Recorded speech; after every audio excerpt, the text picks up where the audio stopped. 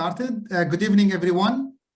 Thank you, everyone, for joining this teaching session organized jointly by ORUK and FRCS Mentor Group. As you know, the main focus of our teaching program is preparing candidates for the FRCS examination. We have the pleasure of having Mr. Paul Marshall as our guest tonight. Mr. Marshall is a consultant orthopedic surgeon, University Hospital in Morecambe Bay, and he is the Associate Medical Director there. And what makes him a perfect guest tonight is that he is an ex-FRCS examiner. So we were just talking about it before we went on air. Being ex-examiner, that means he has lots of experience. But what we are very interested in tonight is that he is an ex-FRCS examiner. He has he's been examiner for many years. He's accumulated a lot of experience and wisdom that he's gonna speak to us about it this evening. So his main lecture tonight is about, it's a little bit of interactive lecture, and he will tell us about the best approach for the exam and how the examiners look at the candidates and what they're looking for in a candidate, and how can a candidate impress an examiner and score high. We're talking before we went live, that's his recommendation was generally that we should aim for top score in any station we do. So we're very pleased that we have Mr. Marshall tonight, and I'm certain that each one of us will learn a lot from him. So I'm Firas Arnaout. I'm representing the FRCS Mentor Group, and I have with me other mentors from our large group, and we have Shwan and Joe helping us tonight. And also we have the team from ORUK, the educational team from ORUK, Imogen and Hannah. So the session basically will include this talk from Mr. Marshall. There will be a little bit of interaction, and there will be an opportunity for some viva and some questioning as well, and some feedback. So if those who are interested, please express your interest, and Hannah will be taking names. We understand that this could be stressful for any candidate to speak in front of 130 people. So we will take that into account, and we understand this stressful situation. We all have been there, and we all respect whoever comes forward. Just after the session, there will be, as usual, some viva practice, and CPD certificates will be available if you contact the ORUK educational team. If you miss any part of this lecture, don't panic. We are recording it, and with the permission of Mr. Marshall, we'll be able to share that later on. So without any further ado, I will leave you with Mr. Paul Marshall. Thank you very much, Firas. It is a pleasure to come and talk to you this evening.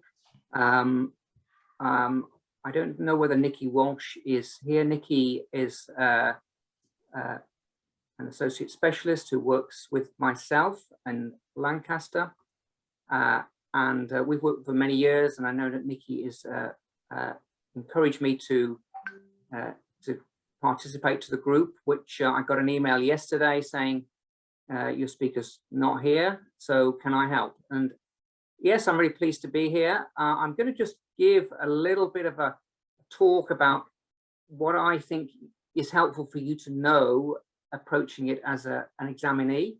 So I examined in trauma and pediatric orthopedics for 5 years, and I was probably 5 years ago when I stopped. So things may have changed a little bit, but there's still the same emphasis on scoring the candidates to give them a mark. I mean, you've all come this far in your medical careers. You all sort of know it's a little bit of a game. You know that it's not quite the same as clinical practice, and particularly the short cases, and probably less so the vivas, where it's just not something that you do day to day.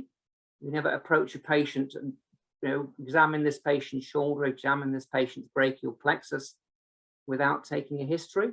It's very sort of a foreign experience, especially with somebody watching you.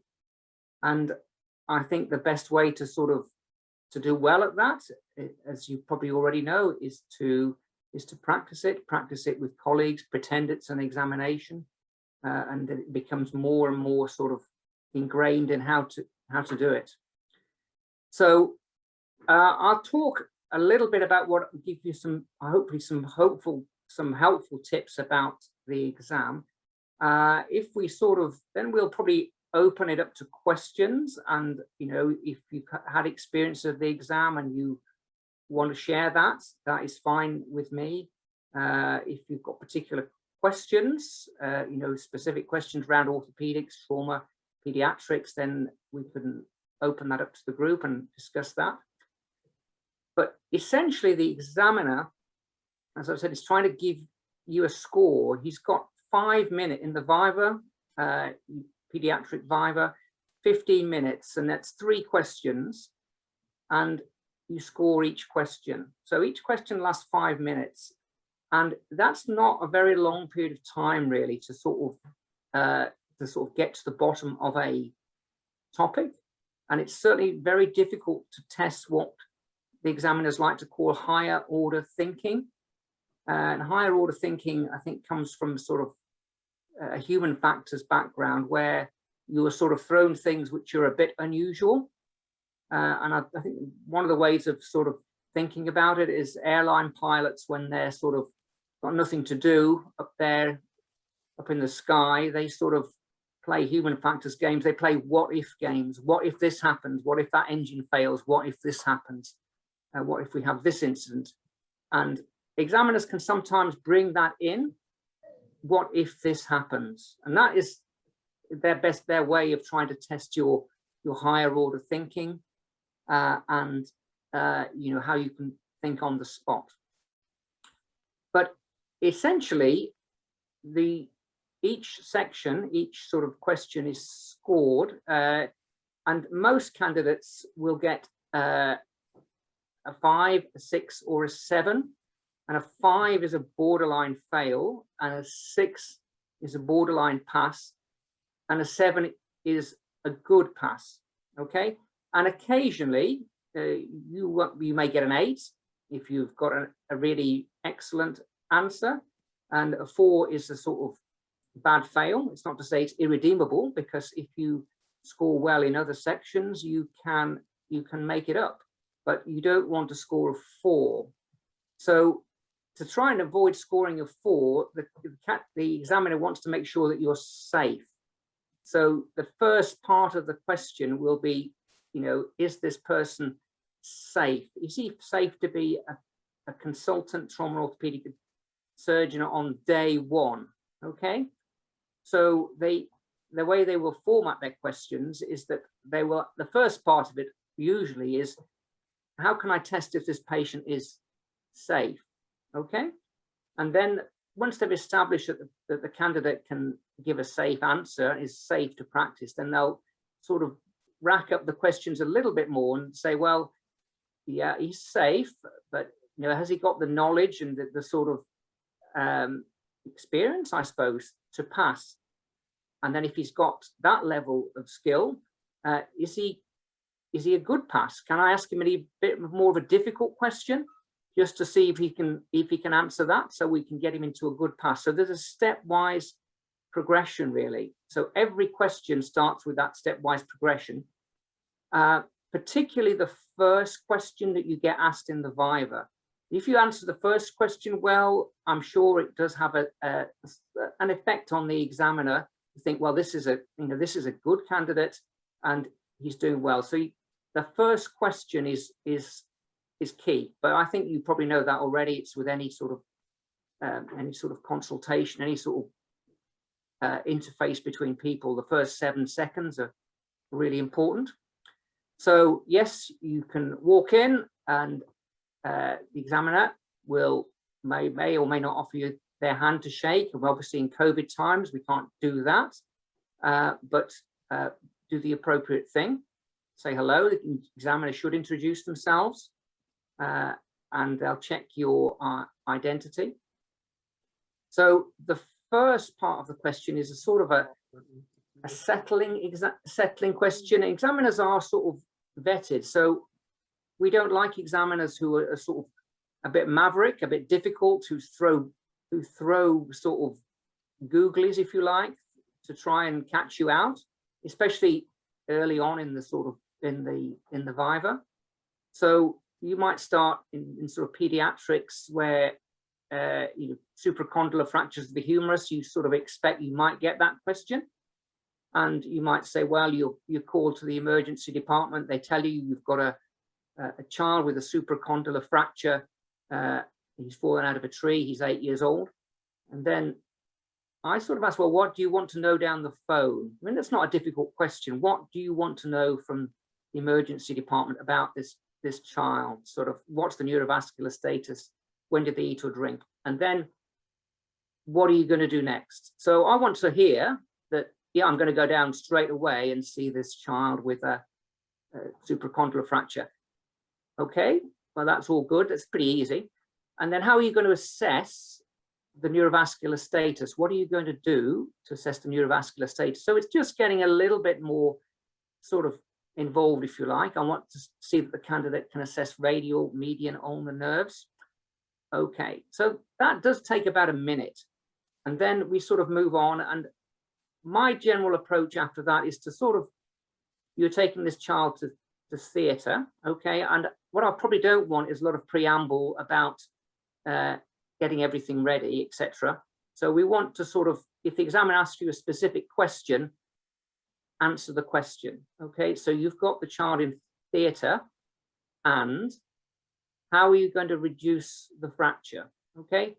So if the examiner's given you a sort of fairly specific question to answer, do your best to answer the question, okay? And then the examiner might want to interrupt you. If you get a chance to talk, it's probably a good idea to talk. So particularly if you can show confidence in the management of a condition. So one question I might ask is, have you been involved with these cases of this nature? And you may not have had that much involvement. Hopefully with supracondylar fractures, you've got a reasonable amount of experience. But there may be cases, for instance, slipped epiphysis, where you may not have had that much experience, but you are expected as a day one consultant to be able to manage that condition. So yes, I have had experience of managing this condition. So it then progresses as to essentially how are you going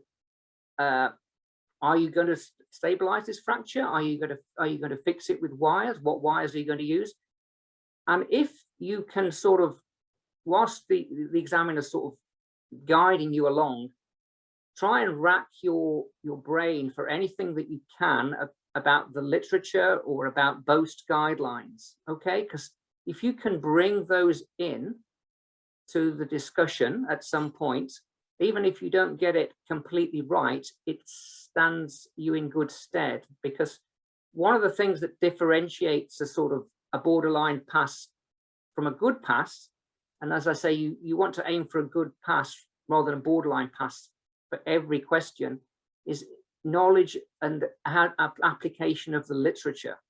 So there are certain sort of key papers, if you like, and even if you can't remember the authors, you can put into the discussion, well, the BOST guidelines say this, or there's a good paper that I've read recently which says this. And the examiner might take you up on that and say, well, where did you read that? What did you think of the paper? And you might then say, well, I'm sorry, I can only remember the abstract. That was the message that I got from the paper, which is okay. You've done your best. You've sort of put something forward, and it is good to be able to sort of, the recent literature, Bone and Joint Journal over the last sort of couple of years, papers that have been published recently in that journal or other highly valued journals will be things to contribute.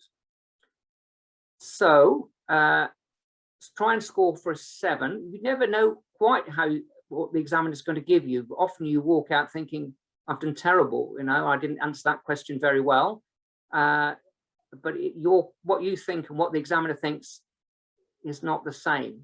And then once you've got 5 minutes is up, you've got to start again. So it's like I guess, a bit like cricket in the sense, you know, the examiner bowls your ball and you can sort of see where it's going to go, you know, supracondylar fractures, slip epiphysis, infection, tumor.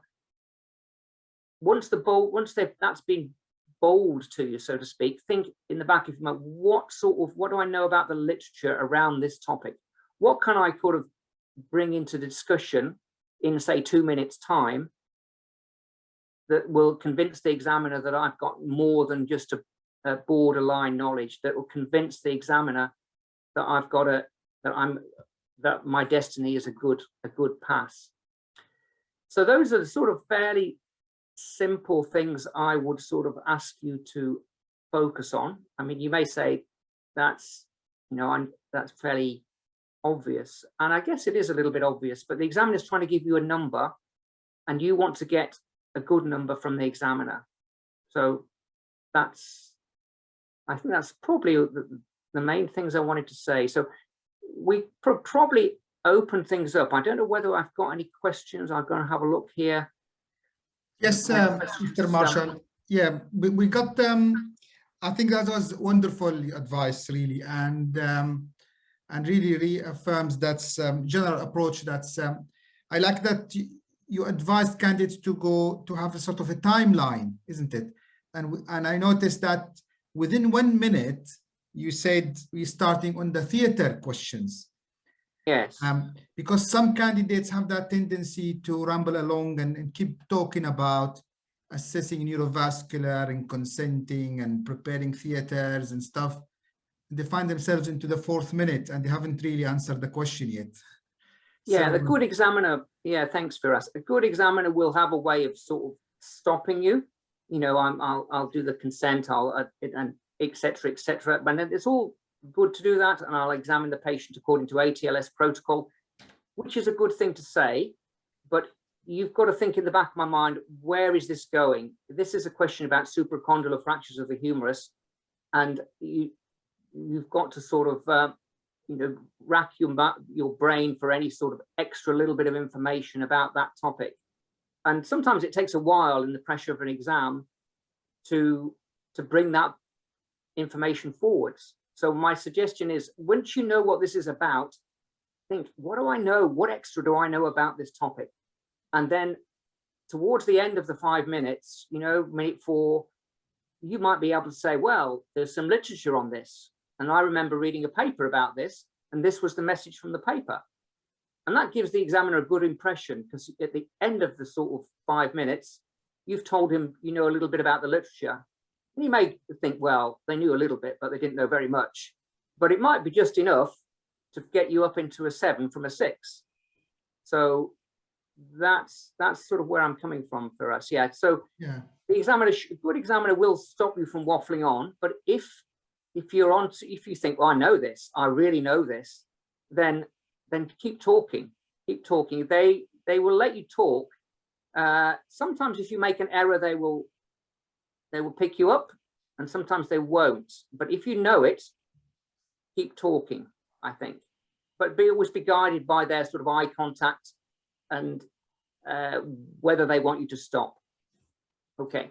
I think you just answered the question that was asked by one of the candidates in our audience. Shinil Koshi, he's asked, if you know the subject very well and you know or can sense where this is going, shall we just keep going? As a candidate, just keep talking all the time? Or, you know, let's say examiner says, how will you examine this patient? Just examine and then you move on with the topic, or just examine and wait for more questions? Yeah, in the short cases, the examination, it is okay to sort of seek some clarification, but you know, the examiners are really fairly specific. Examine this patient's shoulder, and you have to have a mechanism for examining the shoulder. I think it's permissible in the short cases. I think it's permissible just to ask the patient, you know, do you have any discomfort or tenderness in your shoulder? You know, before I examine you, I'd like to know whether you've got any pain, and could you show me where the pain is? I think that is a nice thing to ask. Yeah. And I don't think the examiner is going to sort of stop you from saying that, because even though it's a bit of a theatre, it shows that you've got, appropriate concern for the patient before you examine them. So that, I think, is a good thing to do in the short cases. But they are very specific. Examine this patient's shoulder, this knee. They may want to sort of be more specific, like examine this knee for clinical instability, examine this shoulder for evidence of rotator cuff tear or impingement. So if they are specific, then you need to sort of tailor your examination to what the examiner is asking for. I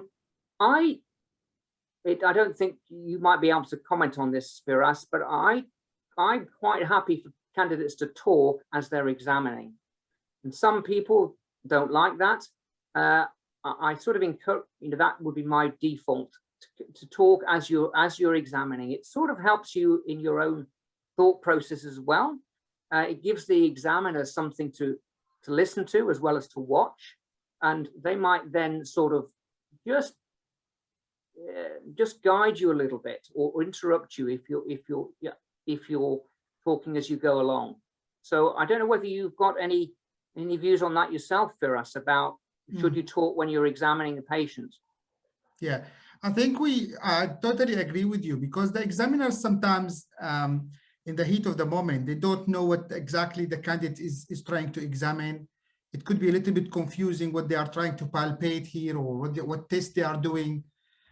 So at least if they talk, as long as they don't over talk it, and as long as it's just professionally saying, well, I'm putting the knee in a 20 degrees, doing Lachman test, I'm doing, just gently, they don't have, because they also don't want to irritate the examiners or insult the intelligence of the examiner. So I think definitely talk, but keep it to the minimum. That's the examiner will need to know. I mean, if you doing Trendelenburg test, for example, you don't have to tell examiner exactly each step you're doing. I'm putting my hand on the pelvis now, and now I'm asking the patient. You don't have to do. These are very obvious things, but you could just talk to them about the salient points, how you're assessing the abductor, you're looking for pelvic tilt, this kind of things. So it's a game. It just comes with practice. But I think we've got to talk. If you just someone goes silently and just goes and examine, I think that's be very difficult for any examiner to score them. I'm sorry if you don't. There is a danger that you are going to describe the examination without actually performing the examination correctly. So anyone that's planning to speak in the exam, which is not a bad thing, I agree with it, because it gives information as you're doing the examination. So your findings, but also what are the key points in your examination.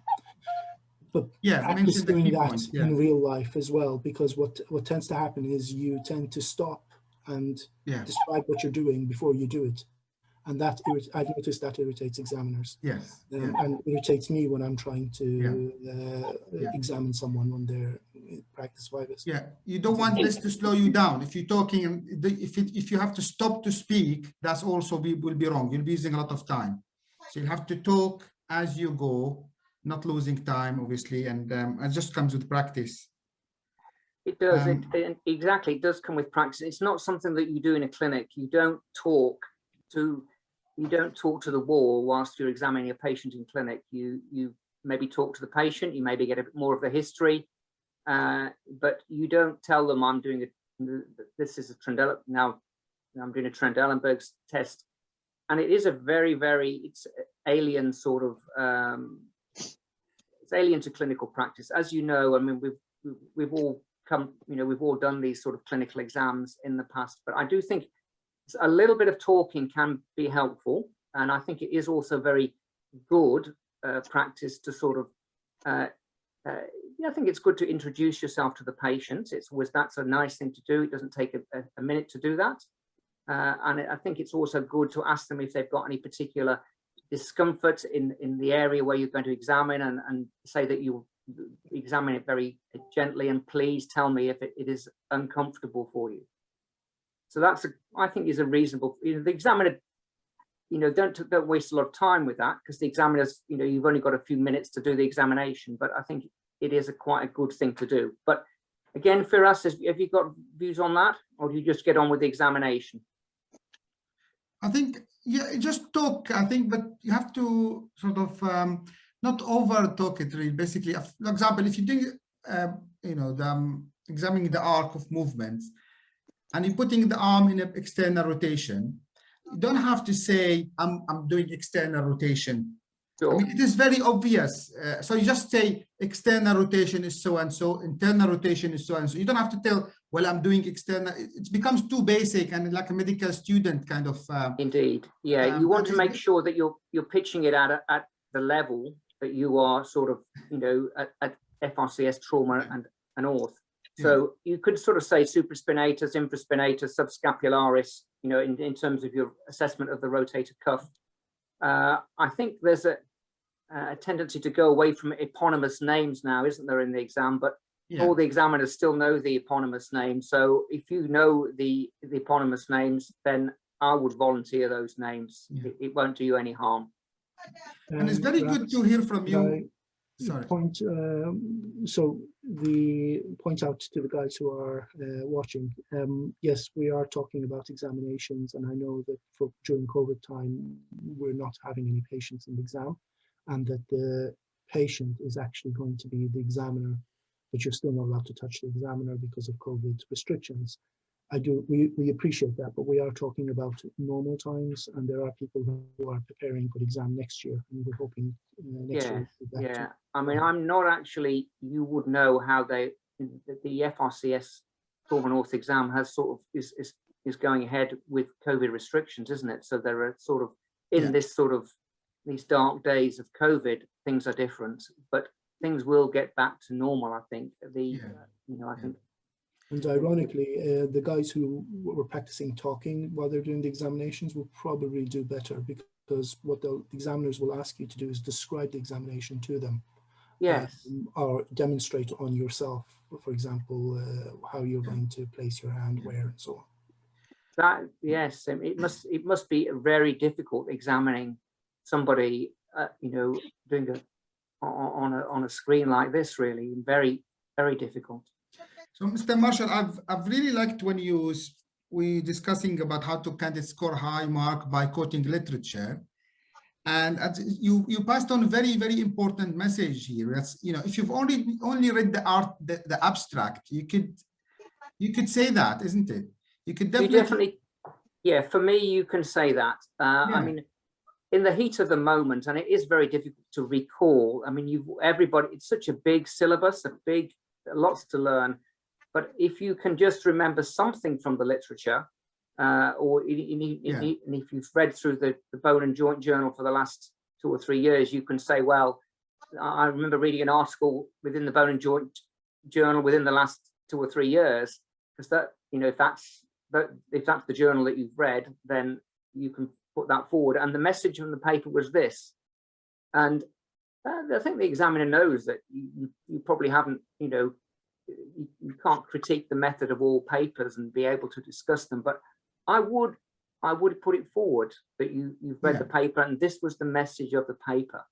So it's the message. That does come across quite well, that you're looking at the literature and you're saying, well, what's the message in this for me? I mean, we often sort of, if in our own areas of expertise, we sort of finally critique papers, but if we're just trying to sort of keep ourselves up to date, then we're looking for the message in the paper. And I think if you give that message to the examiner, it shows that you're reading the general literature in a sort of an intelligent way. I totally agree with this. I think there are a little bit of mixed messages here. Some candidates worry that if they quote literature, they might be quizzed on a paper, so that the examiner can tell them, okay, you're quoting this paper, so tell me how many patients recruited, what's their statistical analysis method they use, how reliable is this paper you are quoting. They get worked up about this. So I don't know, my thought, I think if that paper just supports the general understanding and it's not controversial and does not contradict anything that's common practice, then you are very unlikely to be challenged.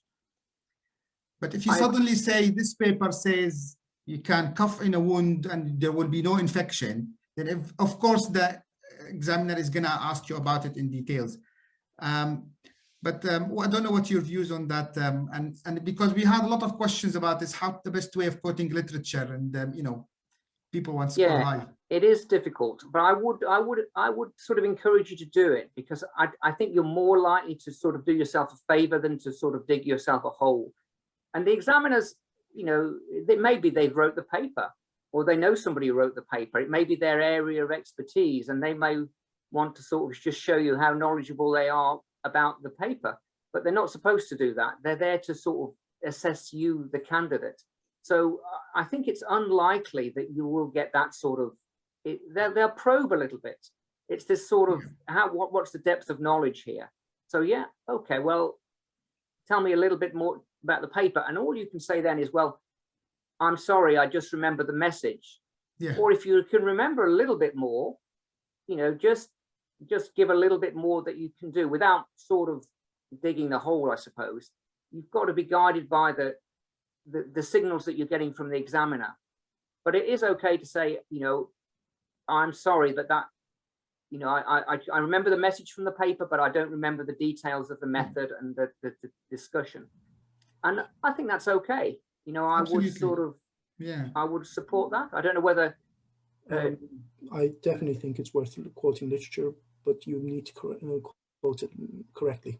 So where examiners, where I have always picked on someone is when they've misrepresented the literature or misunderstood it. And that's when you could dig yourself a hole, isn't it? That's when the examiner, that's it. The examiner will take you into that direction and start. Yeah. So I would, with that in mind, you know, every paper that you read in preparation for the exam, ask yourself, what is the message from this paper? You know, I might have to sort of I might have to sort of recall this in an exam situation. You know, what can I tell the examiner about, you know, what is the message for me or for my clinical practice from this paper? And you get that from the abstract, really. So that's, you know, in the days before the exam, you know, before the part 2 comes around, sort of glancing back through the journals, looking at the abstracts, and if you find something that catches your eye and you're interested in it, then, you know, by all means sort of follow that up and maybe Google it or look on Orthobullets and just see where it takes you, because sometimes that sort of inquiring helps you to remember things. If you let your sort of mind, your natural tendency to inquire into things, that often helps to sort of secure it in your memory a little bit. But yes, it's the message. What is the message in this paper? You don't have to know where it comes from or who the authors are, but the message is what I would encourage you to put forward in the exam. Thank you, Mr. Marshall. We have a few questions also coming with the people. So they, Darren asked, is from your experience as examiner, what do you think the main reason that people, candidates, unfortunately fail the exam? And is there any particular irritating traits that you noticed in the candidates that you think they could be avoided?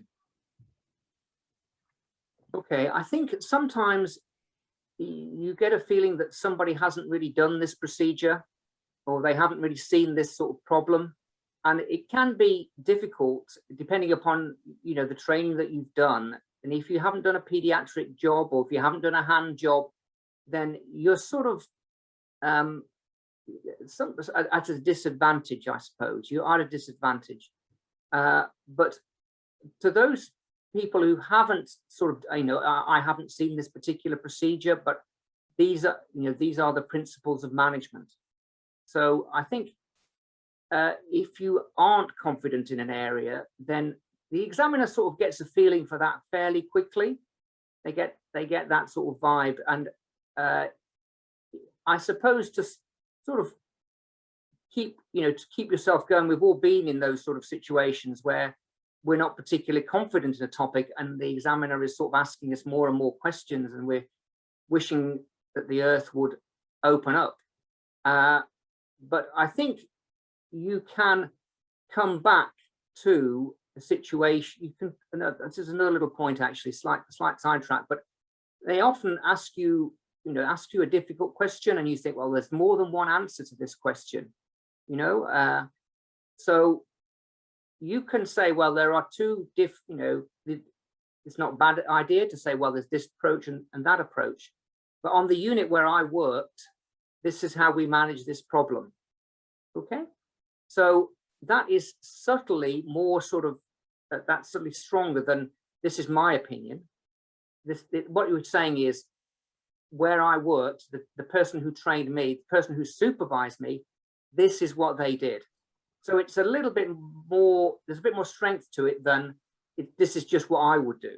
It's what my trainer would do and what my supervisors would do. And the examiner might think, well, I don't really think that's a good idea, but that's what some people do, and that maybe help you a little bit. And if you're feeling really, really confident, and this might be slightly overconfident, you can say, well, I've worked on 2 units, and this is what we did on 1 unit, and this is what we did on another unit. And then the examiner is going to say, well, what are you going to do? So you'll have to sort of put that forward. But you can sort of, if you introduce into the discussion, on the unit where I work, this is how we manage this sort of problem. That can be helpful if you're really just to try and ground yourself in being safe. And sometimes the answer is, I would refer to a bone tumor service, or something like that.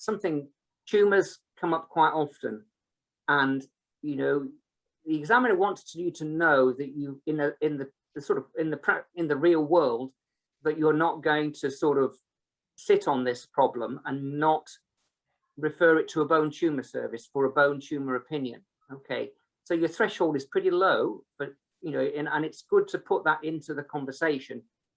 In a practical situation, I would look at this imaging and I would discuss it at an MDT meeting, and I would specifically want to know whether it needs to be discussed with a regional tumor or a national tumor service. So you're putting, you've been in that situation before, and the examiner might then say, well, okay, you are the regional tumor service. How are you going to respond to this colleague who's referred you this bone cyst?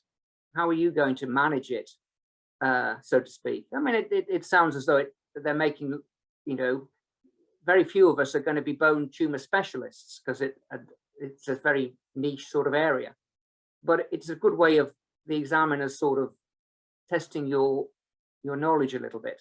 But the point I would make is, come back to the practical situation. In a practical, on a day-to-day basis, on my unit, this is how we would manage this patient, whether it means referring on to another unit for good reasons or getting another opinion.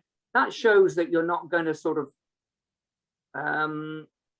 there's a fine line between having confidence to deal with problems which you're expected to deal with yourself as a day one consultant.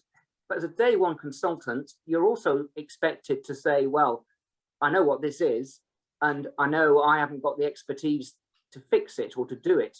So I'm going to do the right thing, and I'm going to get an opinion from somebody who's got the expertise. And there's sort of no shame in that. But then you can make that point and then say, well, these are the principles of treatment of this sort of more difficult condition. But make the point that in practice, you're not going to take this on yourself as a day one consultant. You can see that this is something that needs somebody else to have a look at. That means you're safe. Yeah. So being safe is really important. Absolutely. We try to emphasize the same. Be safe. MDT approach is the way forward in the exam. We have one more question also. It's all tricky questions. That's okay. So Muhammad Gawadi asked, he's worried that if he gets the first question wrong, that's going to leave a wrong impression for the whole of the station and probably the whole of the table with both examiners. If you get the first question, he's worried about the first impression, and if he answers the first question wrong, leaving a bad impression. Is that correct? Is there a way to come back from that, or? But there is a way back. I've seen candidates handle the first question badly and then handle the second and third questions well.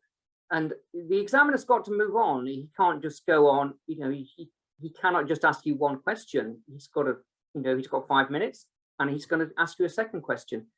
So they should, they try and ask a sort of a question which is based upon an everyday, like supracondylar fractures in children, tendon sheath infections in hands, things that you would sort of expect to sort of come across fairly often. And that first question, you might not think it's a particularly easy question, but the examiner's probably, it's their starter question. So try and be really confident in that first question. Think, good day, thanks for asking me about, tendon sheath infections. This is how you manage tendon sheath infections. Thanks for asking me about supracondylar fractures. I'm just going to talk about this until, and the complications and go from there. So yeah, try and be more confident than you sort of feel deep down in your response to the first question. The examiners, will give you credit for the second and third questions, but I think it's just a human thing in a way that, if people perform well in the, conversely, if you perform well in the first question, then you can sort of, you're off on a good footing with the second question. So it's not impossible to make up the ground. So every time they bowl you a new ball, think, I'm going to hit this for 6. I'm going to try and score a 7 for this particular question. I'm going to think about the literature in the back of my mind. I'm going to try and introduce that at the end of the sort of the conversation, even if there's not a particularly obvious place to put it in. I'm going to try and force this my knowledge about both recommendations and the literature that I've read. So sorry to go on about that. No, it's perfect. The examiner would have cut me up a long time before me going on like that. They would have stopped me. They would have put up their hand and said, stop. Move on. We have one more question, Marshall. Sorry. Now, there are some examiners. Sorry, Shwan. My apologies. Just to reinforce what Dr. Marshall was saying, if you've done really badly, and it's 5 minutes per topic. If you've done really badly on the very first topic, the examiners are not allowed to take that impression to the next question they're going to ask you. So they've put it behind them. Maybe they're all human, of course. They might have something in the back of their mind, but they've put it behind them. You need to put it behind you. You need to develop the technique of, this is a new question. This is a new chance. This is your chance to get a 7 to make up for the 5 on the last question. So don't be despondent. Just put it down, take a deep breath and focus on the next question. That you need to develop that technique as well. So don't panic about getting a question bad in the first time. Yeah, I would completely echo that, Swan. You've got to sort of, this is a new question. I'm going to go and, I'm going for this question as though it's, I've forgotten the previous question already. I'm going for this new question. You've got to have that mindset. It's not easy. I know it's really quite a high stressful, high stakes exam, but that sort of approach is the way to do it, I'm sure. Absolutely. Yeah, it's not easy, but it's the way to pass this exam. Now, there are... I have one question for us, if you don't mind. Yeah. Yes, we have some more questions. Go ahead, Hani. What's your question? Okay, so sometimes, Mr. Marshall, the candidate speaks faster than he thinks. Yeah. So if he said like a stupid answer and you want to stop and rephrase his answer again, what do you recommend for him to do? Or to say? Yeah, some people do say things that they realize are not correct. And if you do that, you can correct yourself. And I would suggest, if you say, well, I've said, I said something that was incorrect and I didn't realize, it just came out because I was, a little bit nervous, I suppose. You can correct yourself. And the examiner will have noticed if you said something wrong, because these are questions that they've asked a lot of times before. So they sort of know what people are going to say. And they've had a number of sort of candidates who they've already asked that question to. So they have, favorite questions. So if you think, well, I did say something wrong there, you know, it was a minute ago and I said something wrong, you know, I just remember that I said what I said at the beginning. I would just want to clarify that you know, what I really meant to say was this. So if you do say something that you think, well, I shouldn't have said that and that was wrong, I think it's good to go back and make it clear that you realize you've said something wrong. I think it's better to do that than to hope that the examiner didn't notice it, because I think the examiner will notice it. So Firas and Shwan, the faculty, do they want to comment on that one? Yeah, absolutely. Yeah.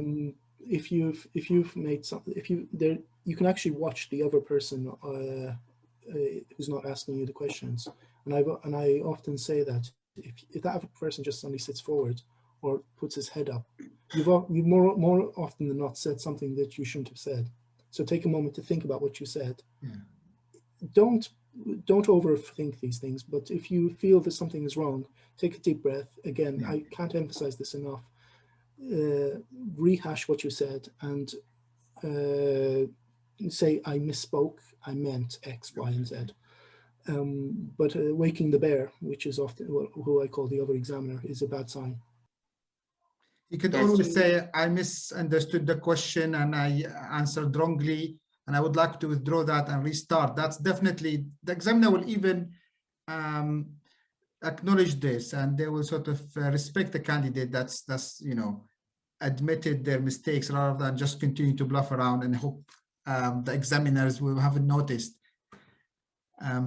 So Yeah. Mr. Marshall, one more question, if you don't mind. Yeah. So there are some examiners who have a reputation of being difficult, and they fail everyone. So candidates can go to that station and see Mr. So-and-so and think, oh, I'm failing the station, definitely. He fails everyone. He failed me last time. He failed my friends. And how true is that? Is there some truth in that? How true it is? What's the best way a candidate can approach such a situation?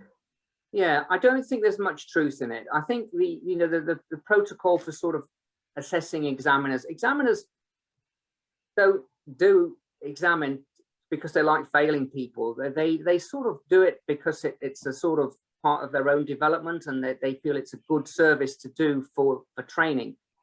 And they really just want to give somebody an accurate, they want to get the best out of the candidate. That was going to be my final point. I, as an examiner, or I, as an interviewer, want to get the best out of you. I don't want to get the worst out of you. I want to get the best out of you. So, you want to give me your best, and I want to get the best out of you so that I can give you, what I think is a good score. I mean, we've all in our past, I suppose, had bad examiners examine us and, give us a lecture on something when we've said something which we didn't perhaps mean to say. But the vetting process for examiners and the sort of quality assurance, if you like, of examiners is such that, I think those days are over. Everybody can sort of think, oh, he's so-and-so, he does this, but we all get at the end of our examinations, we get a sort of a breakdown of our scoring, and you should try and, you shouldn't be an outlier, like in anything in orthopedics. Don't be an outlier. So you don't want to be an outlier where you're too much of a dove, which is somebody who's basically gives the marks too high, and then the hawk is the one who gives the marks too low. So at the end of the examination sort of session, all the examiners get their own marks fed back to them, and you should sort of look and make sure that you're not sort of, that you want to be sort of scoring, like everybody else is scoring. And if you're scoring too high or too low, you've got to ask yourself, why am I scoring too high or too low? And I do honestly feel that people who are examiners do really want to get the best out of the candidate and to sort of help them through, which is a really tough exam. So yeah, maybe I'm biased because I was an examiner, but but I've also, I do remember being examined, and you do sort of think, this examiner's out to get me for some reason. But I think a lot of that is in your mind. Honestly, I do think it is in your mind, and I think they just want to assess you and give you a fair sort of a fair assessment. I really would say that. Thank you, Mr. Mayor. I think that's thank you for explaining this. That will put a lot of mind at rest, and especially those going for the exams. Your words are very reassuring on that aspect. Do you have time for more? One more question? Yeah. If you've got a couple, please do. Look, so Muhammad Javid asked if you are unfortunate in that bad situation when you got the first question wrong, the question that's only maybe starting or competency question, you got it wrong, and the examiner then, or you say, I have no clue about this topic, and the examiner then change the topic or change the question completely, or does that mean it's a fail? Well, they will probably not change the topic completely. They will give you sort of more prompts, really. That's often what they, if you're struggling, in order to get the best out of a candidate, you give them a prompt, sort of what, so supracondylar fractures and an absent pulse, what would you do with that sort of situation? And a good candidate would be able to sort of say, this is what I do, and this is what I've done. It's quite okay in the exam to say, I have had a case like this which I managed, and this is what I did, or this is what I did with my supervisor. But if you're struggling, the examiner usually gives you a little bit of a prompt, and then just like any other sort of difficult sort of situation, you can sort of try and maybe go back to first principles, or you can try and go back to, in a practical situation, in a work situation, this is how I would answer this problem. So you can sort of go back to that point. And I think if the examiner chooses to move on, you've got to move on too. I mean, you don't really have a choice, but they give you quite a bit of prompting, I think, before they move on. And if in that situation, would this candidate still have a chance to pass that question, or? I think it depends how much prompting they need. I think, to sort of get to get a sort of bad fail, if you like, to get a 4, you probably, most examiners would feel, well, this candidate was unsafe. He was not, he or she wouldn't be safe to be a day one consultant. So I think for me, that was often my justification for giving 4. And you may say, well, there's a certain core knowledge that you need to be a day one consultant.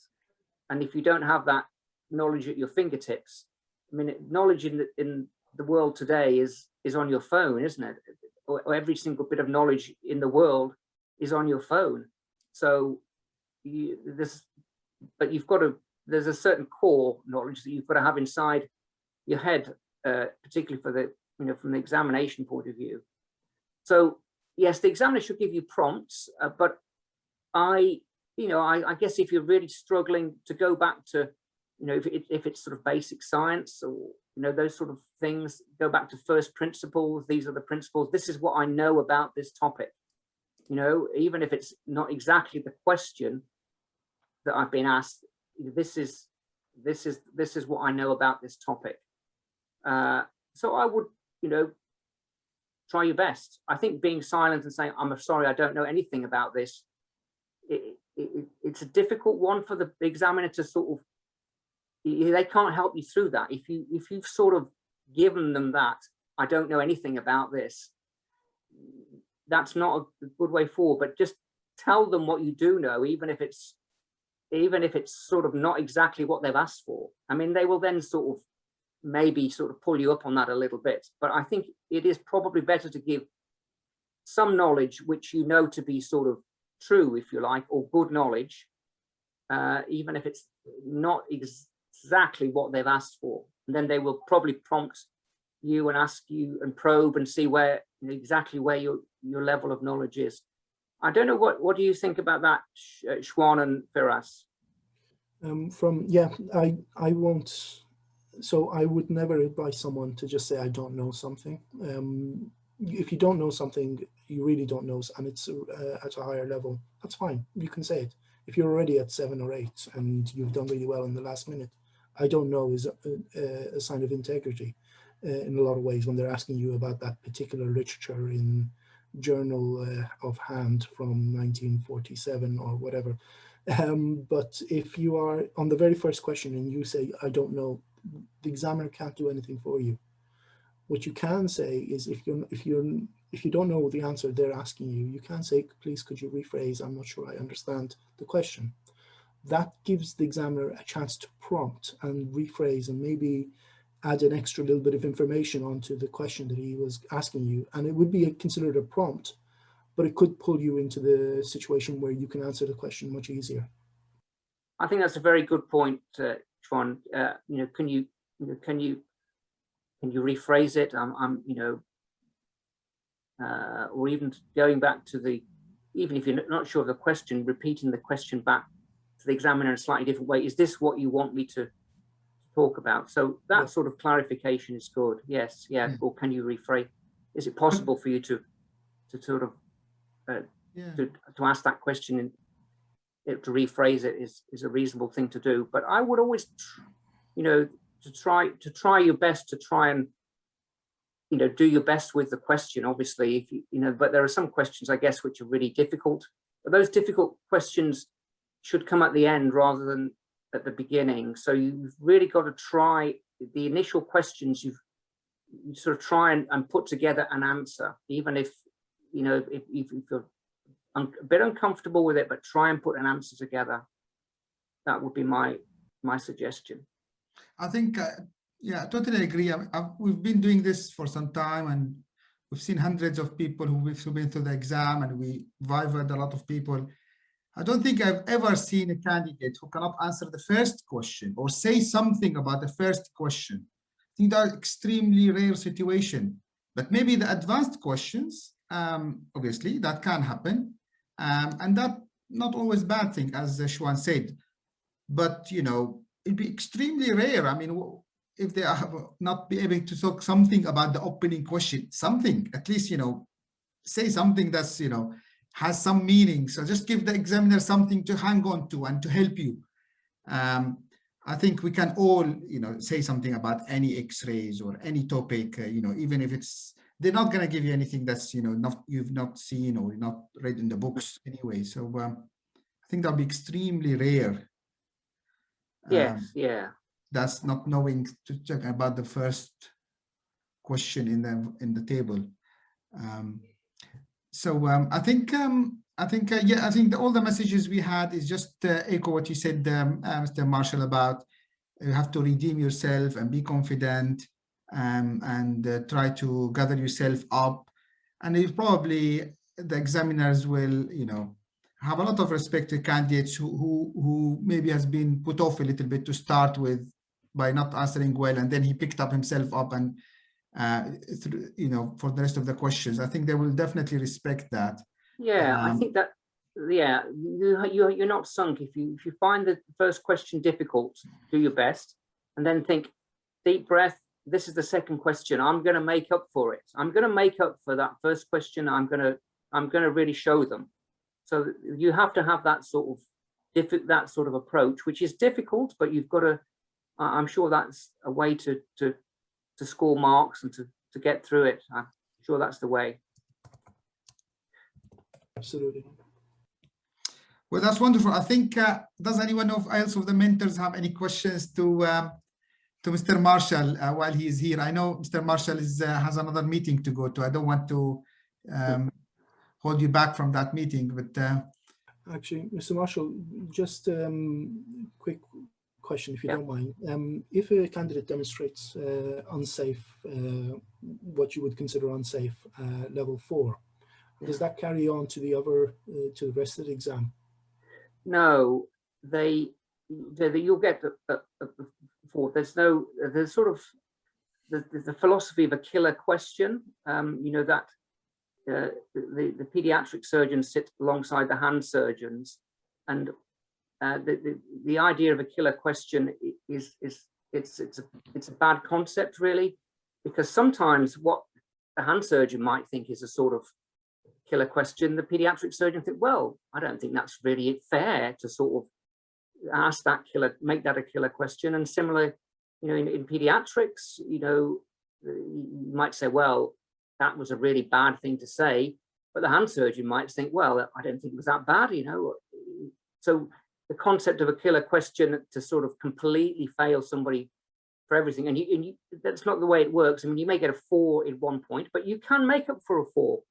You can make up for a 4. So, you know, that's why the philosophy of, you know, I'm going to get a 7 out of every single question they ask me, because, you know, life, sometimes you don't quite get a 7 every single time, but you need to aim for a good pass for every single question, because there'll be 1 or 2 questions where you may be a little bit borderline, and that's just the nature of exams and questions. But to have that mindset that every single ball that they bowl to me, I'm gonna try and get a good pass from this. I'm going to try and get a 7 from this, and I'm going to.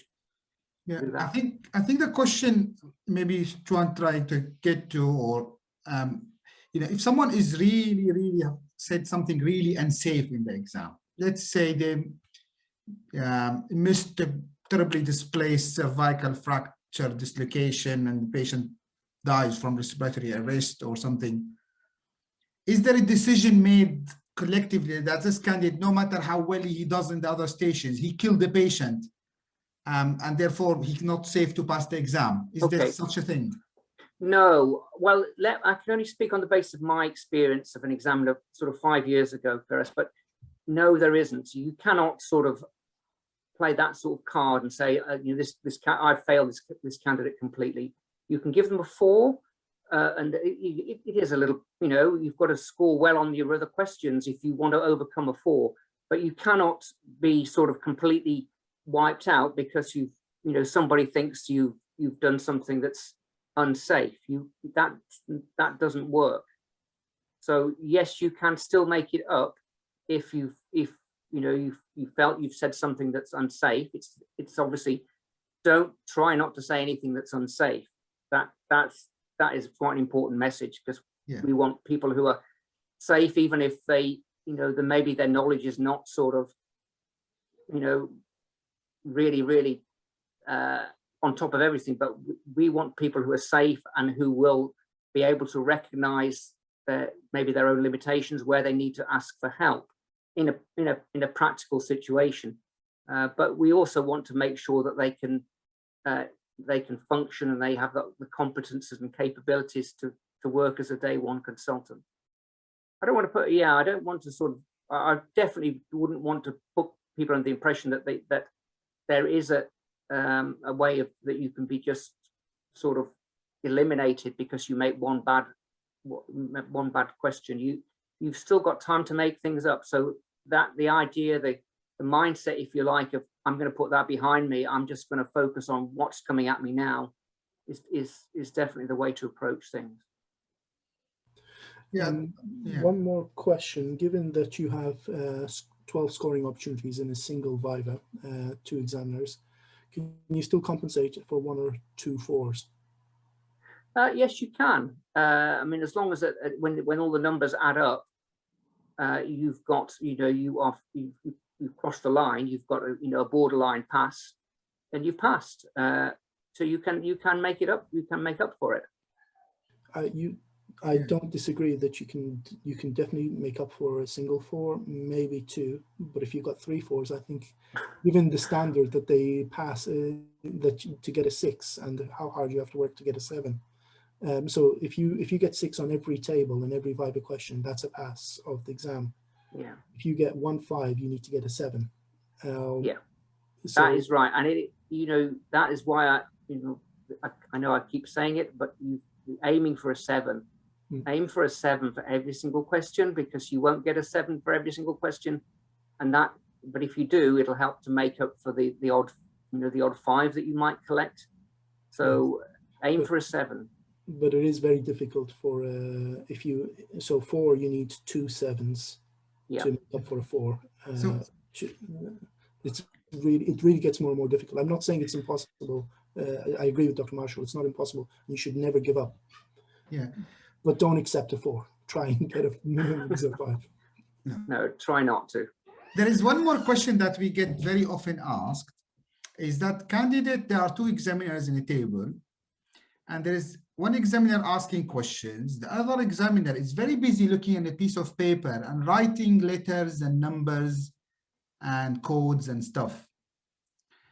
And some candidates, they have reported that been looking at that second examiner, what they're writing, and they see them write 5 or 6 or 7 or 8 or whatever. Is that correct, or is that just? Well, not in my experience. I mean, you do make notes on the candidates because, as you say, the other examiner is scoring as well, but that shouldn't be visible to the candidate. So that would be bad examining for it to be visible. But from the point of view of the candidate, obviously, do your best to focus on the examiner. You may get we mentioned earlier, the subtle movements of the non-examining examiner who might lean forward or lean back. Those sort of movements without any facial expression, you might sort of pick up little things from that, but try and focus on the examiner that's asking you the questions. And from your experience as examiner, I don't know if you got involved in the marking, but obviously in the sort of overall marking, but is it common for, I mean, for someone to score a 4 and to pass the exam, theoretically, they probably have to score lots of 7s or an 8. Is that, I presume that's rare? I mean, would someone who scored 4 in a question be able to score lots of 7s or 8s to compensate? Is that common? Well, the honest answer, Firas, is I don't, I wasn't involved in that sort of, in those sort of scenarios, but it would be, I mean, it's not impossible to score a 4 and then to make up for it. So that is the message I would pass on. I mean, it's just a simple mathematical formula. You've got to score a certain number of high marks to compensate for a low mark. It's just a mathematical formula. Lovely. So, Mr. Marshall, I don't want to be holding you back. Well, you've it's been been a very real. kind.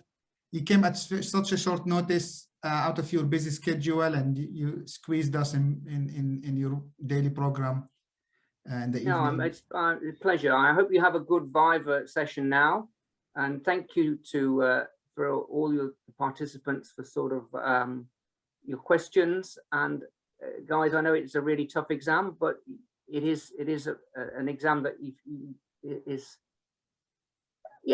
is passable. I know there's lots. It's always difficult when you're at the wrong side of the hill and you think I'll never get up there, but you've got to have the mindset. Yes, I can do this. I can get through this. And every single question they ask you, I'm going to try and get a good mark on this. I'm going to try and get a 7. I'm going to think about the literature. I'm going to think about what the BOST recommendations are, and I'm going to try and bring that in at the end of the conversation, because I just want to try and tip the examiner to giving me tip me from a 6 to a 7. Guys, thank you very much for inviting me. Thank you. Thank you so much for your short notice. Brilliant talk, Dr. Marshall. Thank you. Yeah, it's really good. Hope you have a good rest of the session, and I'll have a chat with Nicola tomorrow. Thank you very much. Thank you indeed, Mr. Marshall. Thank you, and we hope to see you again. We really enjoyed it. And okay, well, yeah, it's been great. It's great to be here. Thank you very much. Good night. Cheers, Firas. Thanks. Bye-bye now. Bye-bye. Thank you. Bye.